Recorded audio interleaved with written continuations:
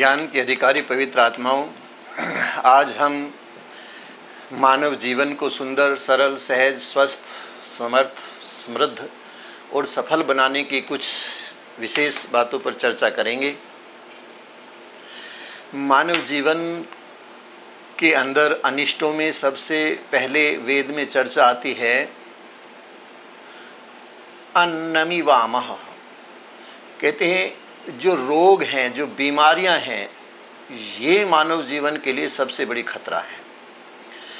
मैं आपको सावधान करने के लिए एक निवेदन करता हूं, भयभीत करने के लिए नहीं। सबसे पहली बात मैं निवेदन करना चाहूँगा कि बीमारियां मनुष्य के अपने जीवन में लापरवाहियों का कारण होती हैं। जहाँ भी लापरवाही होगी वो हमारी अपनी लापरवाही के कारण ही बीमारी उत्पन्न होती है। दूसरी बात यह है, बीमारी हमें केवल सावधान करने के लिए आती है, लेने के लिए नहीं आती है। लेने के लिए जो आती है उसका नाम मौत है। उसका कोई इलाज नहीं, उसकी कोई दवाई नहीं, उसका कोई डॉक्टर नहीं, उसके बारे में कोई चर्चा करने वाला नहीं। लेकिन हर बीमारी का इलाज है, चूँकि वो तो हमें सावधान करने के लिए आई है, और यदि हम सावधान हो जाएं तो बीमारी अपने आप समाप्त हो जाती है। तो आज जो हम चर्चा करने वाले हैं वो चर्चा करेंगे फेफड़ों से संबंधित जो बीमारियां हैं, गले से संबंधित जो बीमारियां हैं, उनके बारे में आज हम चर्चा करेंगे। श्वास, दमा, अस्थमा और sinus allergy, thyroid, tonsil, TB जैसे खतरनाक 6 रोगों के बारे में आज हम चर्चा करते हैं। इस पर हम सबसे पहली बात है, जो एक समाज में एक धारणा है कि आयुर्वेदिक दवाइयों में परहेज बहुत करना पड़ता है। लेकिन मैं आपको कहना चाहता हूं कि परहेज दवाइयों के लिए नहीं होता, परहेज बीमारी के लिए होता है। परहेज भी अपने आप में एक पैथी है, अपने आप में एक इलाज है, जिसमें हमें मनुष्य को, जो बुद्धिमान लोग हैं, जो समझदार लोग हैं, उन्हें सबसे पहले तो परहेज ही करना चाहिए। परहेज एक पैथी है जो बहुत बढ़िया इलाज है हमारी बीमारियों का। पहले लोग, कोई सिर में दर्द हो, कोई जुखाम नजला हो, तो वो ये देखते थे कल क्या खाया था, और यदि उनसे वो चूक हो भी जाए उसे समझने में, तो वैद्य लोग नाड़ी पकड़ करके बता देते थे कि कल तुमने ये खाया, इसके कारण तुम्हें ये प्रॉब्लम हुई है। तो मनुष्य उससे सावधान हो जाते थे। तो सबसे पहला इलाज जो है वो परहेज है। तो श्वास, दमा, अस्थमा, टीबी जैसे खतरनाक 6 रोगों में छींके, एलर्जी, साइनस की एलर्जी, इनमें सबसे पहली आवश्यकता है कि हम खट्टा, ठंडा, तला हुआ और केला, खीरा, आइसक्रीम आदि ये जो ठंडे पदार्थ हैं, इनको हम इनसे अवॉइड करें, इनसे परहेज करें, तो हमारी आधी बीमारी इसी परहेज से ठीक होना प्रारंभ हो जाती है, और ठीक हो भी जाती है। दूसरी बात यह है कि हम गर्म पानी दिन में 2 या 3 बार, 1 या 2 गिलास गर्म पानी हम थोड़ा गुनगुने से ऊपर पानी पिए, तो उससे गला ठीक हो जाता है, उससे फेफड़े भी ठीक हो जाते हैं। और यदि हमें शुगर नहीं है तो हम उस गर्म पानी में शहद 1 चम्मच मिला करके भी ले सकते हैं। इससे भी गले के और फेफड़ों के रोग बहुत जल्दी ठीक होने लग जाते हैं। दूसरी बात यह है कि एक छोटी सी दिनचर्या है, जो सुबह उठ करके सबसे पहली क्रिया है कि हम बिना हाथ में पानी लगाए, बिना मुंह में पानी दिए, सबसे पहले हम बीच की इस उंगली को मसूड़ों पर हल्का हल्का सा मसाज करें, और इससे हमारे दांतों की, हमारे मसूड़ों की बहुत सारी बीमारियां दूर हो जाती हैं। जो पारिया है, पीप है, जो ब्लड आता है, वो सब ठीक हो जाता है। तो इसको मसूड़ों में, क्योंकि दांत ठीक होंगे तो हमारा गला भी और पेट भी ठीक होगा। तो ये सबसे पहली क्रिया है। कम से कम 1 मिनट तक हम मसूड़ों की हल्की हल्की मसाज करें अंदर बाहर से। दूसरा, फिर अंगूठे से तालू के इस भाग को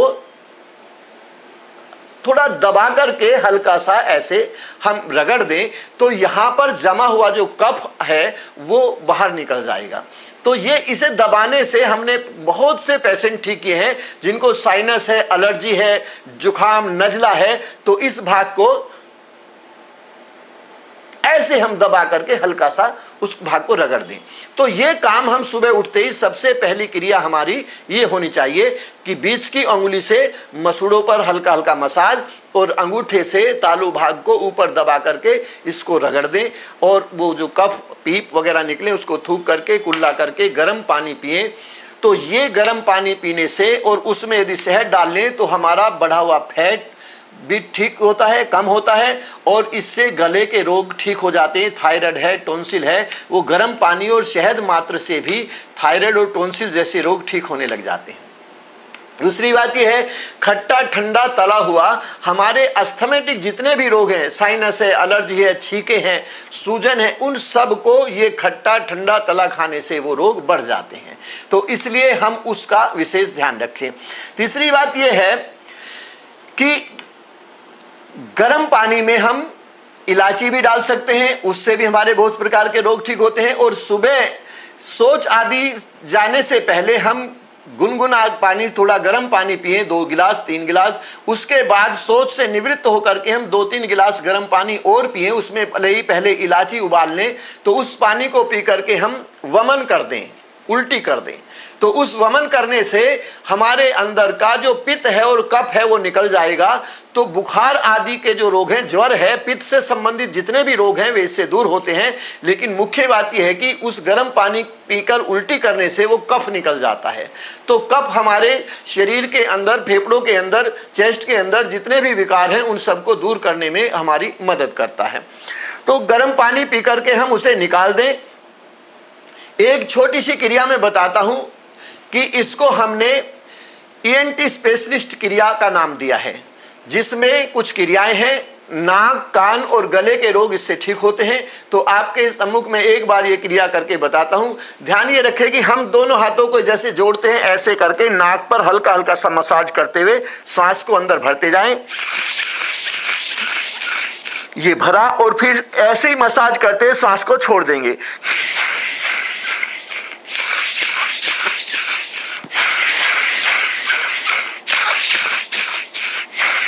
हल्का हल्का मसाज करते हुए नाक पर ये सांस भरते जाएं और छोड़ते जाएं। लगभग 1 मिनट हम इस क्रिया को करें तो पुराने से पुराना छींके, एलर्जी, दमा, अस्थमा जैसे रोग ठीक होते हैं। अब चलिए, हम जो भोजन चबाते समय यहाँ कुछ नसें फूलती हैं, तो इस कनपट्टी के इस भाग को हम सांस के साथ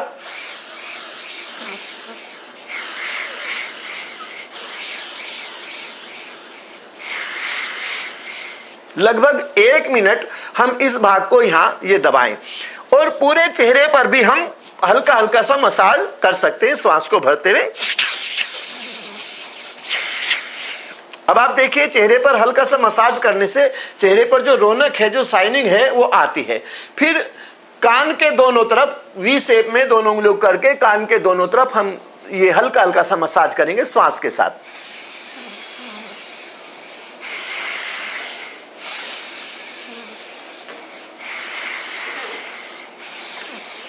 लगभग 1 मिनट हम इसको कान में घू घू की आवाज, सैं की आवाज, कान के अंदर किसी भी प्रकार के विकार हो तो इसके अभ्यास से ठीक हो जाते हैं। तो इसको मसाज को करेंगे। किसी को माइग्रेन है, सिर में दर्द है, तो कान के एक्यूप्रेशर से, कान के पॉइंट दबाने से ये रोग ठीक होते हैं। बहुत भयंकर साइनस हो, सिर में दर्द हो और जाड़ में दर्द हो तो कान के इस भाग को ऊपर अंगूठा अंदर दें और ऐसे हम उंगली ऊपर लगाएं, जोर से दबाएं। ऐसे ही इस कान के ऊपर के भाग को अंगूठे से अंदर और ऊपर से उंगली रख करके ऐसे जोर से दबाने से कितना भी भयंकर माइग्रेन हो, जुखाम नजला हो या जाड़ दांत में दर्द हो तो हमने तुरंत राहत होती इस पॉइंट को दबाने से देखी है। तो कान को पूरे पॉइंटों को ऐसे दबा दें, कान में कोई नस मोटी ना हो, लकड़ी की तरह से टाइट नस ना हो, इसको पूरी तरह से ये दबा दें। तो ये क्या अभ्यास किया आपने, 1 मिनट ये अभ्यास किया, कान की नसों को दबाया और हम इस तरह से कान को ये रगड़ भी दें। तो ये 1 मिनट करेंगे। फिर हम उंगलियों को इस प्रकार से करके जो हमारी गर्दन का पीछे का भाग है जिसको गुद्दी बोलते हैं आप लोग, तो ऐसे उंगलियों से इसको श्वास के साथ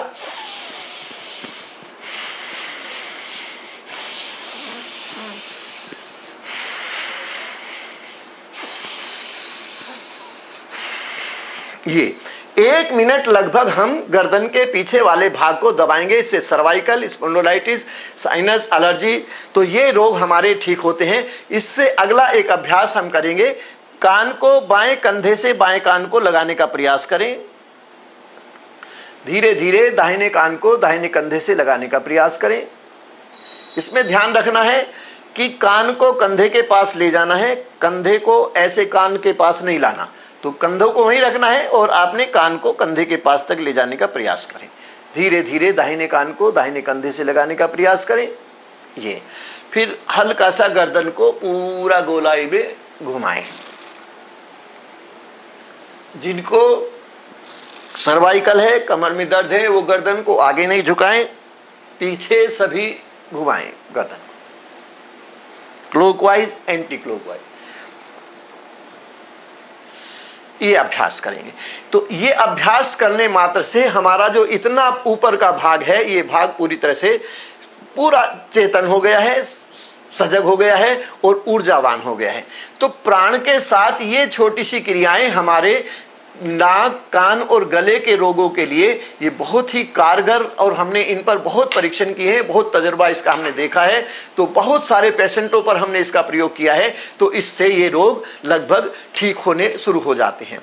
ये क्रिया हम नित्य प्रति नियम से करें, क्योंकि एक सूत्र जरूर ध्यान रखें। सभी योग साधक, आयुर्वेद से अपने जीवन को सुंदर बनाने वाले लोगों को एक बात जरूर ध्यान रखनी चाहिए कि आयुर्वेद या योग एक सूत्र पर निर्भर करता है, टिका हुआ होता है कि सातु दीर्घ काल निरंतर्य सत्कार सेवितो दृढ़ भूमि।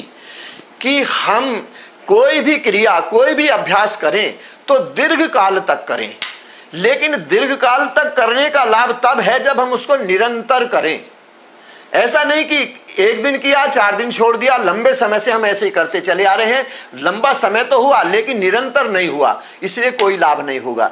तो दीर्घ काल तक करना है। दीर्घ काल तक करने का लाभ तब है जब हम उसे निरंतर करें, और निरंतर करने का लाभ तब है जब हम उसको श्रद्धा पूर्वक करें। सत्कार सेवितो दृढ़ भूमि, कि हम उसको श्रद्धा पूर्वक उस क्रिया को करें। तो इन क्रियाओं को हम दीर्घ काल तक करें, नित्य करें और श्रद्धा पूर्वक करें, सत्कार पूर्वक करें, प्रसन्न भाव से करें। तो यह क्रिया हमें बहुत प्रकार के गले के और फेफड़ों के और गर्दन के और सर्वाइकल जैसे रोगों से हमें बचा सकता है। एक बात मैं आपको और कहना चाहूंगा, एक घरेलू उपचार है। जिनको श्वास है, दमा है, अस्थमा है, टीबी जैसे खतरनाक क्षय रोग हैं, उनके लिए घरेलू उपचार मैं आपको बताता हूं। उसमें है लगभग 50 ग्राम बादाम की गिरी लें, 100 ग्राम लगभग बादाम की गिरी लें, उसमें 50 ग्राम खांड डाल लें और लगभग 20 ग्राम काली मिर्च डालें और 20 ग्राम हल्दी को थोड़ा सा भून करके तवे पर उसको भी उसमें मिक्स कर लें। ये 4 चीजें मिला करके यदि आपने उसका पाउडर बना लिया और 1 चम्मच सुबह शाम दूध के साथ ले लें, तो मैं समझता हूं कि जुखाम, नजला, कफ, खांसी, पुराने से पुराना नजला आपका ठीक हो जाएगा। और ये माइग्रेन जैसे रोगों में भी एक बहुत अच्छा काम करेगा ये नुस्खा। और दूसरी बात ये है कि माइग्रेन के साथ साथ, जुखाम, नजले के साथ साथ ये बुद्धि को तेज करता है और हमें निर्णय लेने की क्षमता भी बढ़ाता है। तो ये घरेलू नुस्खा मैंने आपकी सेवा में निवेदन किया, इससे बहुत लाभ होगा। एक क्रिया में आपको अनुलोम विलोम क्रिया हमारी नाड़ी शोधन क्रिया के लिए बहुत ही कारगर है, तो हम इसको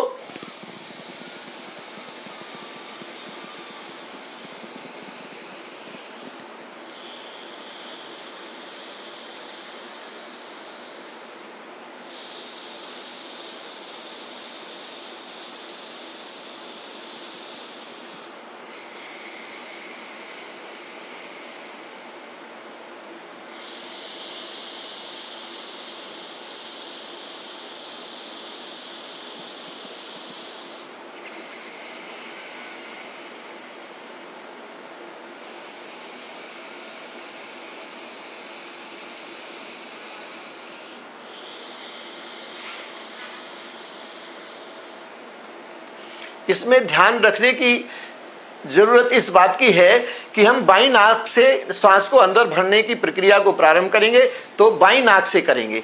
तो बाईं नाक से श्वास को अंदर भरना और दाहिनी नाक से श्वास को छोड़ना, फिर जिस नाक से छोड़ा है उसी से वापस भरना है और फिर दूसरी नाक से यानी कि बाईं नाक से श्वास को बाहर छोड़ना है।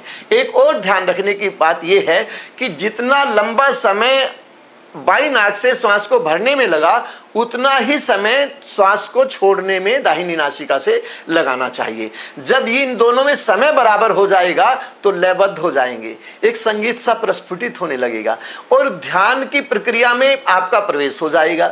ध्यान से बड़ी कोई औषधि नहीं है, क्योंकि ध्यान में ये प्राण अमृत का काम करता है, वैसे ये एक औषधि का काम करता है। ये सबसे दिव्य औषधि है प्राण। तो प्राण को नियमित, संयमित, व्यवस्थित करने का नाम ही प्राणायाम है। तस्मिन् सते श्वास परश्वासयोर गतिर्विच्छेद प्राणायाम। श्वास की गति को नियमित, संयमित और व्यवस्थित करना। श्वास जो हम अंदर भरते हैं ये श्वास, और जो बाहर छोड़ते हैं ये परश्वास। ये श्वास है, जो बाहर छोड़ा ये परश्वास है। तो श्वास और परश्वास की गति को नियमित, संयमित, व्यवस्थित करना, इसका नाम प्राणायाम है। तो ये प्राण जो है ये दिव्य औषधि है। लेकिन जब आप ध्यान में प्रवेश कर जाते हैं, ध्यान में स्थिति बन जाती है, जब निर्विषय हो जाता है, मन प्राण के साथ जुड़ जाता है, तो ये प्राण फिर वही औषधि प्राण अमृत का काम करने लगता है, अमृत बन जाता है। तो ये अनुलोम विलोम प्राणायाम। दूसरी बात, जो कपालभाति प्राणायाम करते हैं, जैसे सामान्य कपालभाति प्राणायाम हम करते हैं,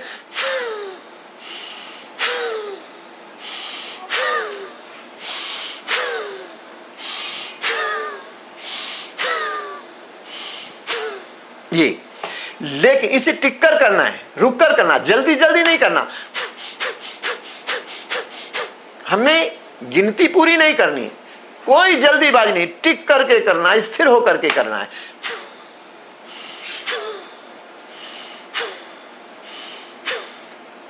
लेकिन चूंकि आज हम यहां श्वास, दमा, अस्थमा और साइनस, एलर्जी, छींके, इसकी बात कर रहे हैं, इसलिए जिनको श्वास है, दमा है, अस्थमा है, टीबी जैसे खतरनाक रोग हैं, वो कपालभाति को थोड़ा ऐसे करेंगे, ध्यान से देखेंगे।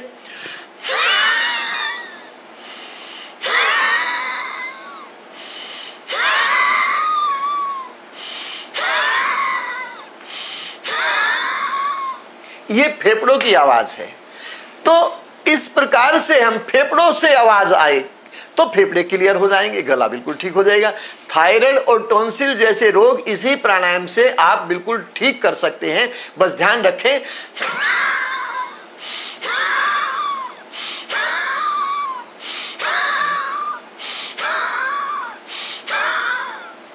इस कपालभाति से थायराइड, टॉन्सिल, श्वास, दमा, अस्थमा, साइनस, एलर्जी और टीबी जैसे खतरनाक 6 रोग इस प्राणायाम से आप ठीक कर सकते हैं।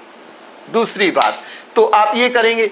एक और है उज्जयी प्राणायाम, जो आप सब बहुत अच्छी प्रकार से जानते हैं। उज्जयी प्राणायाम को हम गले से आवाज करते हुए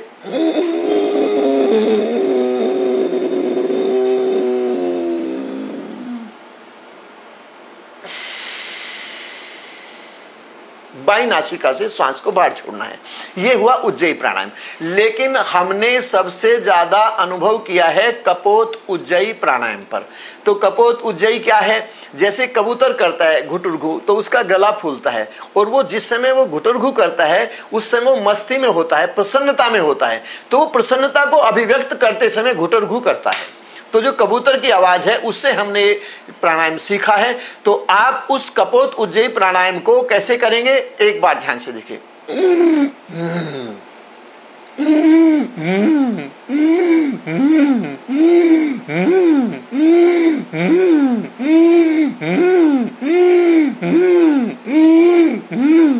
तो इस प्रकार से, लेकिन जैसे कबूतर मस्ती में झूमते हुए घूमते हुए करता है, ऐसे ही आपने भी पूरी मस्ती के साथ लयबद्ध होकर के करना है।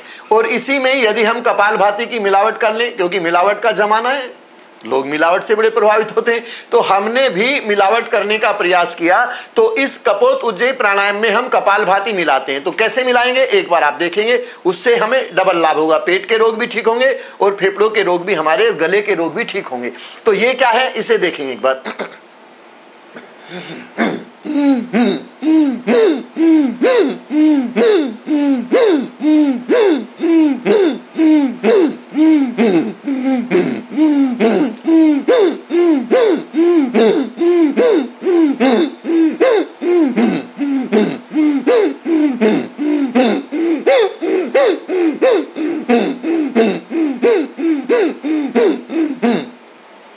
इस प्रकार करने से हमारे गले के रोग, थायराइड और टॉन्सिल जैसे खतरनाक रोग ठीक हो जाते हैं।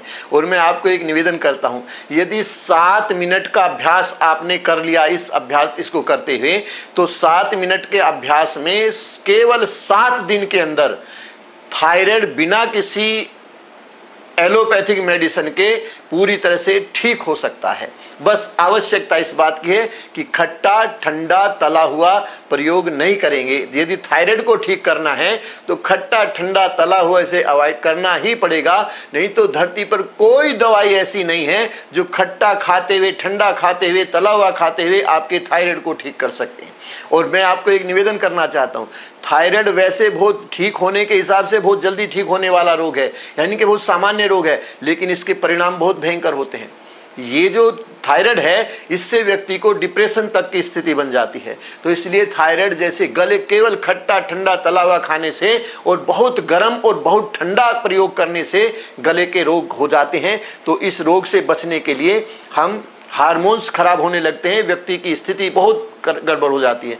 तो हम ये थायराइड, टॉन्सिल, फेफड़े, ये हर प्रकार के रोग ठीक होते हैं और फेफड़े स्वस्थ हो जाते हैं, गला स्वस्थ हो जाता है। एक बात मैं आपको और कहना चाहूँगा, जो इन्हेलर लेते हैं, जो बहुत भयंकर अस्थमा आदि से, दमा से परेशान हैं, उनके लिए मैं एक निवेदन करना चाहूँगा। जो लोग कहते हैं कि दमा तो दम के साथ जाता है, उनके लिए मैं कहना चाहूँगा कि दमा आयुर्वेद का प्रयोग करने से एकदम जाता है। तो एकदम कैसे जाता है, मैं आपको निवेदन करता हूं। एक आयुर्वेद में एक दवाई है स्वसारी मिश्रण।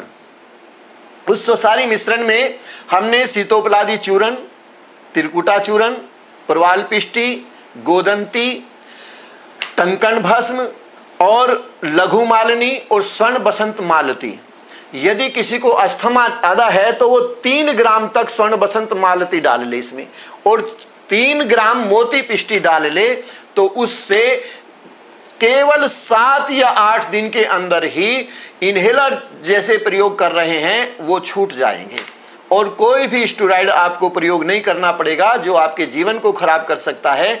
तो ये स्वसारी मिश्रण हमने कोरोना जैसे महामारी के काल में बहुत से लोगों को, कैसा ही बुखार हो, जुखाम हो, नजला हो, सिरदर्द हो, हड़कल हो, बेचैनी हो, ये नुस्खा स्वसारी मिश्रण का ये हर बीमारी में काम आता है। और स्वर्ण बसंत मालती के लिए कहा गया है सर्व रोगे बसंतः, कोई किसी प्रकार का रोग हो उसमें स्वर्ण बसंत मालती का प्रयोग कराएं तो सब प्रकार के रोग ठीक होते हैं। और एक बात और स्वर्ण बसंत मालती के बारे में कही गई है कि जो लोग स्वर्ण बसंत मालती का प्रयोग करते हैं उनकी जो ताकत है, जो स्वर्ण बसंत मालती से निर्मित होती है, वो स्थायी होती है।